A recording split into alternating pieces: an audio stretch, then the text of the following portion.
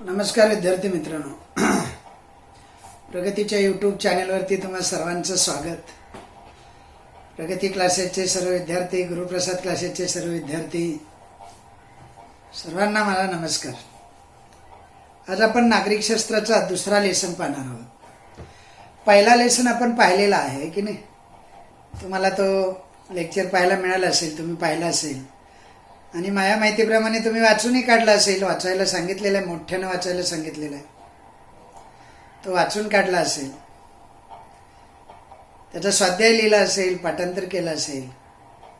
नाव आठवते का बघा बघू, न बघता पाठीमागे. नाही आठवत? आपले समाज जीवन. काय होता? आपले समाज. आज दुसरा लेसन पाहायचा आहे.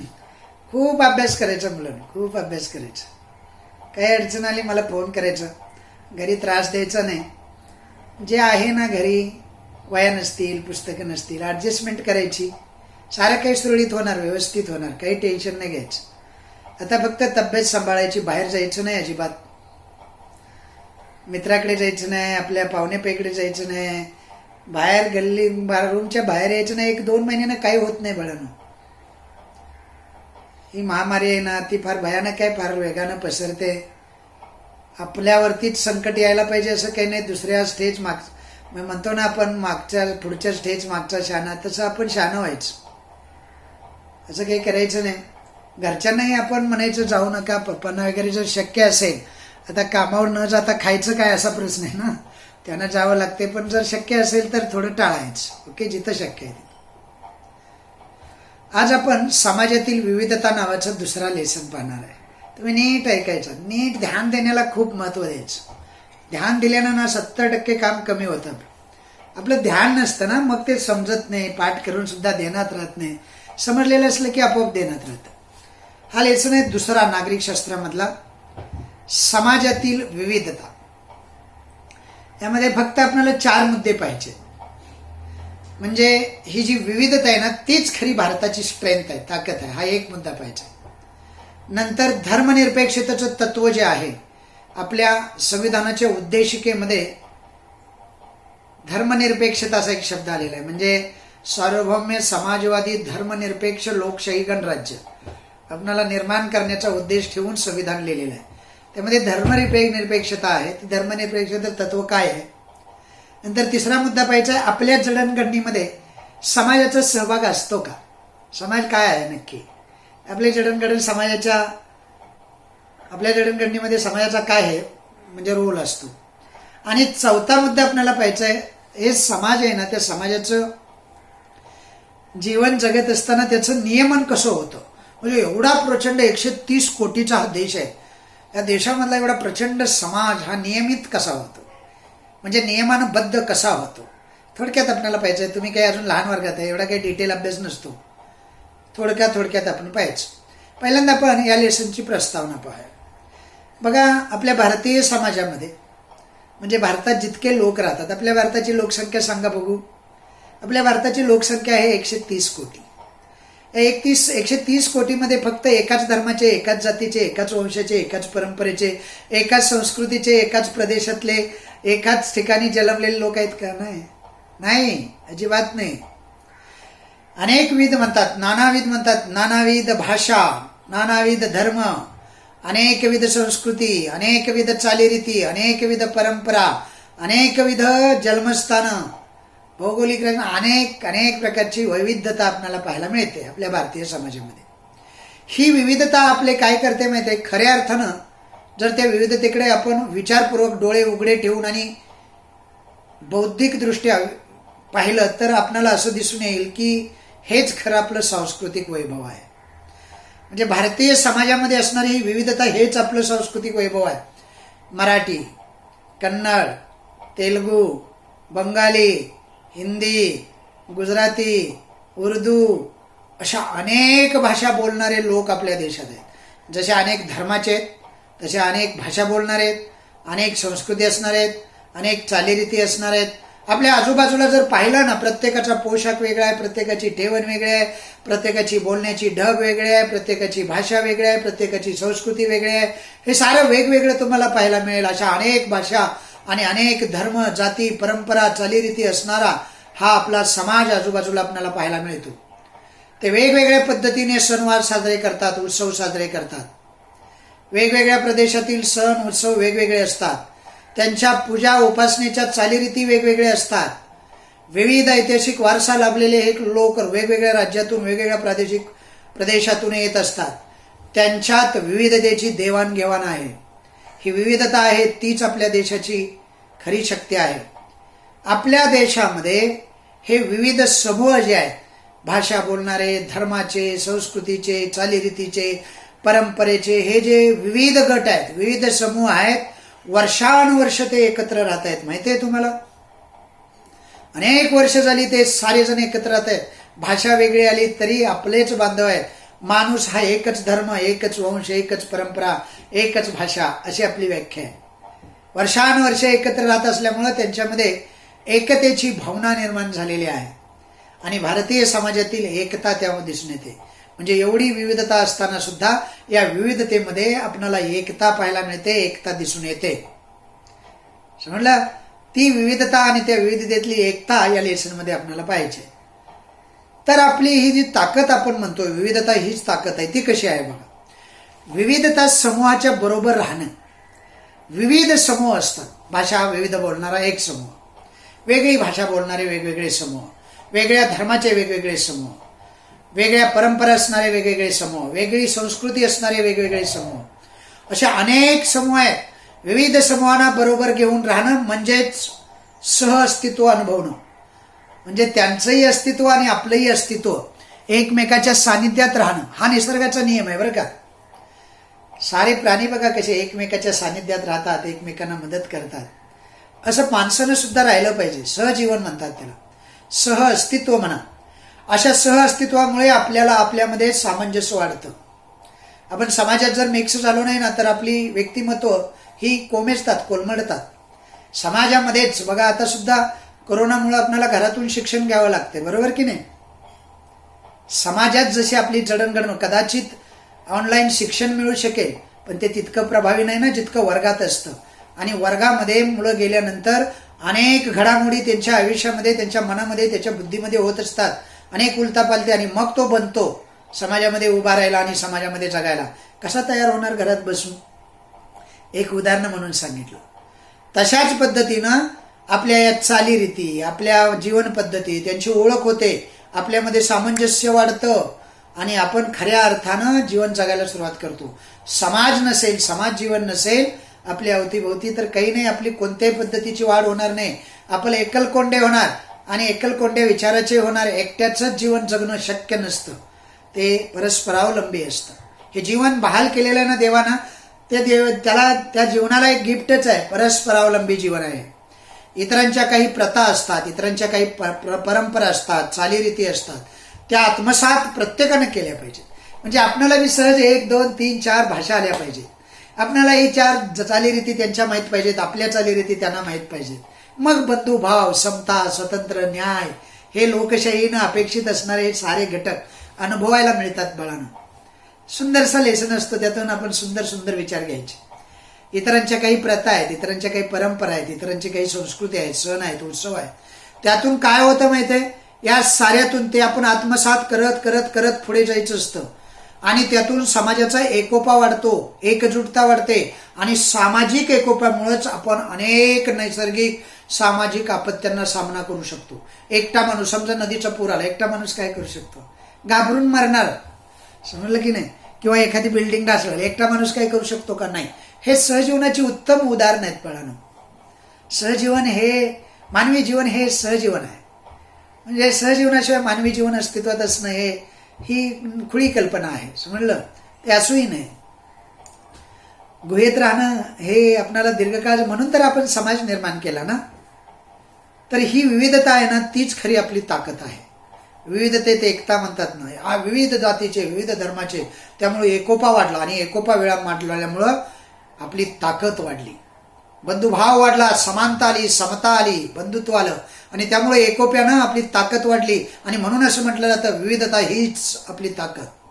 एक मुद्दा क्लिअर, एक मुद्दा संपला. दुसऱ्या मुद्द्याकडे वळूया. दुसरा मुद्दा आहे धर्मनिरपेक्षतेचं तत्व. हे आपल्या उद्देशिकेमध्ये, म्हणजे आपली जी घटना आहे ना त्या उद्देशिकेमध्ये, घटनेची एक उद्देशिका, प्रस्तावना म्हणतात, प्रस्ताविका किंवा उद्देशिका, लक्षात येईल का? तर या प्रस्ताविकामध्येच असं म्हटलेलं आहे, हे राज्य जे आहे ते राज्य म्हणजे आपला उद्देशच खटला लिहिण्याचा, संविधान तयार करण्याचा आहे की आपणाला अत्यंत अत्यंत विकसित असं सार्वभौम्य समाजवादी, कळते ना, सार्वभौम्य समाजवादी आणि धर्मनिरपेक्ष आणि लोकशाही प्रधान गणराज्य निर्माण करायचं आहे. मग त्यातला धर्मनिरपेक्षता हा जो भाग आहे तो आपल्याला या पाठामध्ये पाहायचा आहे. म्हणजे नक्की काय आहे बघा, भारतीय समाजामध्ये तुम्ही पाहिलं विविध धर्म आहेत, विविध जाती आहेत, विविध धर्माचे लोक राहत असतात आणि त्यांच्यातील परस्पर सामंजस्य वाढीला लागतं. सर्वांना आपापल्या श्रद्धेनुसार उपासना करण्याची मुभा मिळते, त्यांना स्वातंत्र्यच आहे, आपण ते पाहतोय. म्हणजे मुस्लिम धर्माचे लोक असतील तर त्यांच्या परंपरेप्रमाणे, त्यांच्या चालीरीतीप्रमाणे ते पूजा अर्चा उपासना करतील. हिंदू धर्माचे असतील तर ते त्यांच्या रीतीप्रमाणे सण उत्सव साजरे करतील, त्यांच्या चालीरीती परंपरा उपासना त्यांच्या धर्माप्रमाणे, असं वेगवेगळे. आणि त्यासाठी आपल्या संविधानात महत्वाच्या तरतुदी करण्यात आलेल्या आहेत. भारत हे जगातील एक महत्वाचं धर्मनिरपेक्ष राष्ट्र आहे. जगातलं धर्मनिरपेक्ष असणारं हे सर्वात मोठं आणि सर्वात नमुनेदार असं एक राष्ट्र आहे, ज्या राष्ट्रामध्ये अनेक धर्माचे लोक एकत्र गुण्या गोविंदानं वर्षानुवर्ष राहतात. आपल्या देशात भाषिक आणि धार्मिक विविधता फार मोठ्या प्रमाणात आहे. म्हणजे अनेक भाषा आहेत आपल्या या देशामध्ये, अनेक धर्म आहेत देशामध्ये. ही विविधता निकोपणे आपल्याला जपायची आहे, आपल्या पिढीला जपायची आहे, पुढच्या पिढीनं ती तशीच दुसऱ्या पिढीत संक्रमित करायची आहे. आपण धर्मनिरपेक्षतेचं तत्व स्वीकारलं आहे, त्यानुसार आपल्याला काय काय जबाबदारी आहेत बघा. आपल्या देशात राज्यसंस्थेनं कोणत्याही एका धर्माचा पुरस्कार केलेला नाहीये. असं म्हटलेलं नाही की हे हिंदू बहुल राष्ट्र आहे म्हणून हिंदूंचं राष्ट्र आहे, हिंदू राष्ट्र आहे, असं नाहीये. सर्वांचं राष्ट्र आहे. तुम्ही संख्येनं कमी असा, गरीब असा, श्रीमंत असा, सर्वांसाठी आहे. त्याला म्हणतात धर्मनिरपेक्ष राज्य. म्हणजे आपल्या देशात राज्यसंस्थेनंच म्हणजे संविधानानंच कोणत्याही एका धर्माचा पुरस्कार केलेला नाही.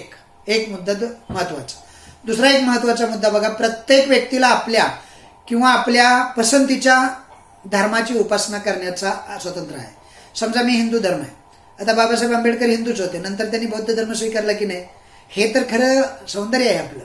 म्हणजे मला वाटलं मला धर्म पसंत नसला, मी दुसऱ्या धर्माची उपासना सुद्धा करू शकतो, मला स्वातंत्र्य आहे. माझ्या धर्माची करायची असेल तरी करू शकतो, नाही करायचे तर मी दुसऱ्या धर्मात सुद्धा जाऊ शकतो. हे एक स्वातंत्र्य आणि हे धर्मनिरपेक्षतेचं सर्वात मोठं उदाहरण आहे.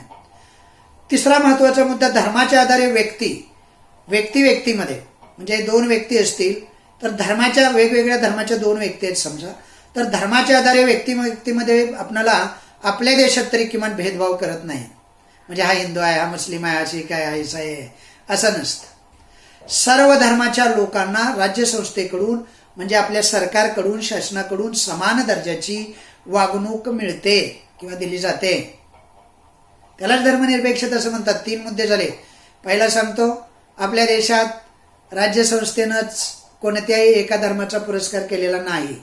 दुसरा मुद्दा आहे, प्रत्येक व्यक्तीला आपल्या किंवा आपल्या पसंतीच्या धर्माची उपासना करण्याचा अधिकार असतो. तिसरा, धर्माच्या आधारे व्यक्तीमध्ये भेदभाव करता येत नाही. सर्व धर्माच्या लोकांना राज्यसंस्थेकडून समान वागणूक दिली जाते. चौथा बघा, रोजगार, सरकारी नोकऱ्या या ठिकाणी सुद्धा संधी उपलब्ध करून देताना कोणत्याही धर्माचा, जातीचा त्या आधारे म्हणजे धर्माचा निकष लावला जात नाही.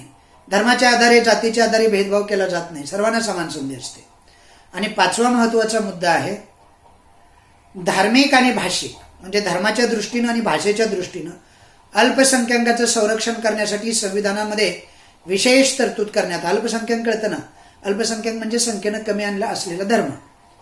अल्पसंख्याकांना आपली भाषिक आणि सांस्कृतिक ओळख जोपासण्याचं सुद्धा स्वातंत्र्य आहे. ते संख्येनं कमी आहेत म्हणून असं नाही की संख्येनं जास्त आहे तो धर्म स्वीकारायचा, त्यांची भाषा स्वीकारायची, त्यांच्या धर्माची उपासना करायची, असं नाही. त्यांचा धर्म त्यांनी स्वीकारायचा, त्यांच्या धर्माची उपासना त्यांनी करायची, त्यांच्या पद्धतीनं त्यांनी शिकायचं.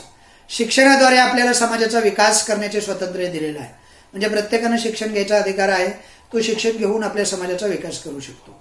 आणि 6वं त्यातलं धर्मनिरपेक्षतेचं तत्व आहे. धर्मनिरपेक्षतेच्या तत्वामुळे भारतीय समाज जो आहे त्या समाजामध्ये धार्मिक सामंजस्य टिकून राहिलेलं आहे. नाहीतर धर्माधर्मामध्ये तेढ निर्माण होते आणि मग भांडणं विकोपाला घेतात, दंगली माजतात, जीवितहानी होते, वित्तहानी होते. पण भारताचं वैशिष्ट्य असं आहे, भारताच्या धर्मनिरपेक्षतेचं हे तत्व भारतामध्ये राबवलं गेल्यामुळं भारतीय समाजात धार्मिक सामंजस्य टिकून राहिले आहे. असे वेगवेगळे मुद्दे आपण धर्मनिरपेक्षतेचं तत्व या अंडर पाहिले. तिसरा मुद्दा आहे, या लेसन मधला तिसरा महत्वाचा मुद्दा आहे आपल्या जडणघडणीत समाजाचा सहभाग. म्हणजे हे विविधतेनं नटलेलं राज्य आहे. या विविधतेनं नटलेल्या राज्यांमध्ये विविधता ही खरी आपली ताकद असं आपण म्हणतो आणि खरोखर ते आहे. धर्मनिरपेक्षतेचं तत्व आपण जपतो आणि ते जपलं पाहिजे, तीच मानवता आहे. हे भारताचं वैशिष्ट्य आहे, बाकीच्या देशामध्ये तुम्हाला पाहायला मिळणार नाही. तर आपण जे समाजात राहतो ना, त्या समाजाचा सुद्धा आपल्या जडणघडणीत वाटा आहे, तो आपण स्वीकारायला पाहिजे. म्हणजे समाजाचा आपण एक भाग आहे, समाजाचा आपण एक घटक आहे. त्या समाजाचं काहीतरी आपण देणं लागतो आणि त्या ज्या समाजामध्ये राहतो त्या समाजाची संपूर्ण जडणघडण माहिती आपल्याकडे असली पाहिजे. समाजात राहून आपण काय शिकतो, काय काय गोष्टी शिकतो, कित्येक गोष्टी शिकतो ना. आपणाला कुणी बोलायला शिकवलं का? नाही. आपल्याला कुणी समाज नावाची व्याख्या पाठ करून घेतली का? समाज काय असतो सांगितलं का? नाही. वेगवेगळ्या गोष्टी समाजात गेल्यानंतर अशा शिकायला मिळतात. कोणते गुण आपण आत्मसात करतो माहिती आहे तुम्हाला? वेगवेगळे गुण असतात. समाजाकडे बघितल्यानंतर, प्रत्येक व्यक्तीकडे बघितल्यानंतर ते गुण आत्मसात करावेसे वाटतात. जेव्हा आपण समाजात जातो आणि चांगले गुण पाहतो तेव्हा असं वाटतं मला माझ्यात सुद्धा ते गुण आले पाहिजेत. समजलं?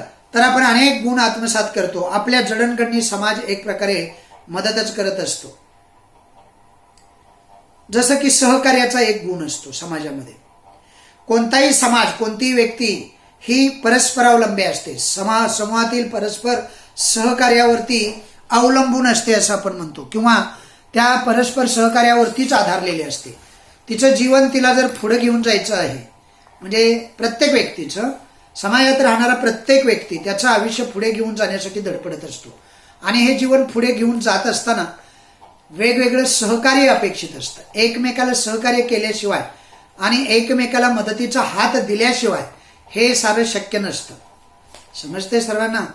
म्हणजे आपण जेव्हा समाज हा घटक विचारात घेतो किंवा समाज म्हणतो, तेव्हा समाजामध्ये एकमेकाला सहकार्य करण्याची भावना असणं हे निकोप समाजाचं पहिलं प्रतीक आहे. निकोप समाज त्यालाच म्हणतात.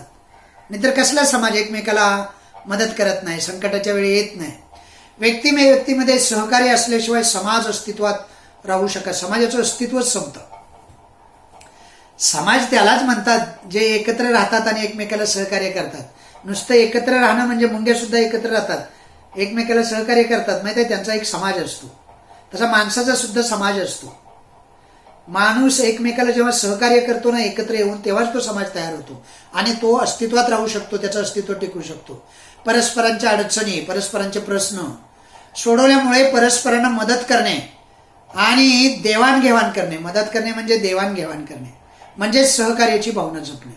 सहकार्य हे या समाज व्यवस्थेचं एक अंग आहे. सहकार्य करणं, सहिष्णुता, सामंजस्य, सहकार्य, विविध भूमिका समाजातल्या पार पाडणं, हेच तर जीवन आहे.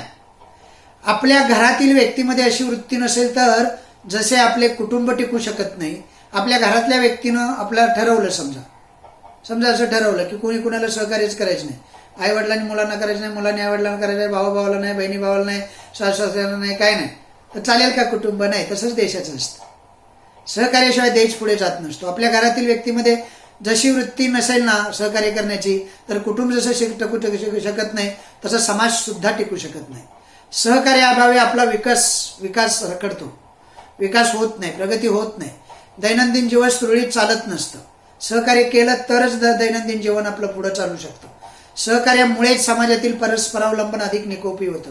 एकमेकावर अवलंबून असण्याची ही वृत्ती निकोप राहते, जपली जाते. ती समाजातील सर्वांना सामावून घेता येतं. सर्व घटकांना बरोबर घेऊन पुढे मार्गक्रमण किंवा पुढे जीवनाची ही प्रक्रिया व्यवस्थितपणे पार पाडली जाते.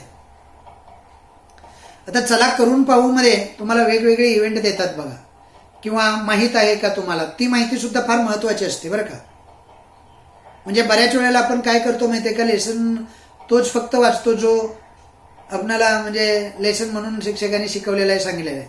त्याच्यामध्ये कॉलम काही येत असतात. पुस्तक जर बघितलं तुम्ही तुमच्या लक्षात येईल.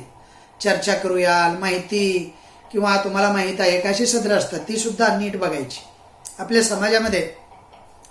आपल्या समाजातील दुर्बल आणि वंचित असे काही घटक आहेत. माहिती आहे तुम्हाला? दुर्बल घटक म्हणजे गरिबीत, दारिद्र्यात पिचत पडलेले. वंचित म्हणजे सरकारने त्यांना अधिकारच दिलेले नाही. अधिकार दिलेत पण समाज त्यांना अधिकार देऊ देत नाही, म्हणजे ते अधिकार उपभोगू देत नाही. या घटकांना, वंचित आणि दुर्बल घटकांना आणि मुलींना शिक्षण घेण्यासाठी, त्यांच्या विकासासाठी आपण सहकार्य केले पाहिजे. ही एक सहकार्याची भावना आहे. नंतर त्यासाठी शासनानं आतापर्यंत काय काय योजना राबवलेल्या आहेत माहिती आहे? सावित्रीबाई फुले दत्तक योजना आहे, अनेक योजना आहेत. सर्व शिक्षा अभियान योजना आहे. शासन अशा अनेक योजना या मुलांमुलींसाठी राबवत असतं. याची माहिती आपल्याला असणं गरजेचं आहे आणि ती आपण असे लेसन शिकताना मिळवली पाहिजे. मग नको त्या गोष्टी सर्च करण्यापेक्षा मम्मीला पप्पांना सांगायचं, मला जरा थोडीशी पुस्तकातली माहिती पाहिजे, मी जरा थोडी सर्च करू का? या साऱ्या घटकांच्या विकासासाठी आपण सुद्धा नेहमी सहकार्य ठेवलं पाहिजे. एकमेकांना देवाणघेवाणीचं वृत्ती एकमेकांच्या मध्ये ठेवली पाहिजे. त्याची चर्चा झाली पाहिजे. चर्चेतील मुद्दे आपण आपल्या समाजाच्या समोर आणले पाहिजेत. अशा अनेक गोष्टी असतात. वर्गात सुद्धा अशी निकोप चर्चा होणं गरजेचं असतं. अशा पद्धतीनं हा जो समाज आहे, या समाजामध्ये सहकार्याची भावना वाढीस लागते. समाजासाठी, समाज बनण्यासाठी, अस्तित्वात राहण्यासाठी सहिष्णुता आणि सामंजस्य असणं गरजेचं असतं. हा दुसरा मुद्दा आहे. समाजात जसे सहकार्य आवश्यक आहे, कधी कधी मतभेद होतात. सहकार्य जरी आपण करत असलो एकमेकाला आणि एकत्र येऊन जरी जीवन जगत असलो तरी आपल्यामध्ये मतभेदही असतात. मग काय होतं? त्या मतभेदाचं रूपांतर वादात होतं आणि मग त्या वादाचं रूपांतर संघर्षामध्ये होतं. संघर्ष निर्माण होतो आणि मग संघर्षामध्ये तुम्हाला माहितच आहे, व्यक्तीमधील मतं, व्यक्तीमधील विचार, दृष्टिकोन जुळत नाहीत आणि मग काय होतं? वाद, संघर्ष पेटतो, भांडणं निर्माण होतात, विचारच जुळत नाहीत. मग भांडणं निर्माण होऊ शकतात. एकमेकाविषयी असणारे पूर्वग्रह किंवा गैरसमज, हे असं ज्याला म्हणतो आपण, हेही संघर्षाचं कारण असू शकतात. त्यामुळे आपण काय केलं पाहिजे? सहिष्णुता आणि सामंजस्य जपलं पाहिजे. दीर्घकाळ संघर्ष चालू ठेवणं हे कोणाच्याच हिताचं नसतं. जेव्हा जेव्हा असे वाद होतात, जेव्हा जेव्हा संघर्ष निर्माण होतात, जेव्हा जेव्हा भांडणं होतात, गैरसमज होतात, मतभेद होतात, तेव्हा ते दीर्घकाळ ठेवायचे नसतात. जे मतभेद झाले ते एकमेकाला सांगून त्यावरती तोडगा काढून पुढे चालायचं असतं. कोणाच्याही हिताचं नसतं ते. तडजोड असते, समजोत असतो, विचारविनिमय असतो. यांच्याद्वारे व्यक्ती काय करत असतात? संघर्षाचं निराकरण करत असतात. ते संघर्ष संपवत असतात. ते संघर्ष करायला शिकवतात. एकमेकांना समजून घेण्याची ही जी वृत्ती आहे ना, ती वृत्ती म्हणजेच सहिष्णुता आहे, सामंजस्य आहे. सहिष्णुता म्हणतात त्याला. म्हणजे एक चुकणार ना, मनुष्य म्हटलं की चुकणार, एकमेकाच्या चुका होणार, एकमेकांना आपापल्या चुका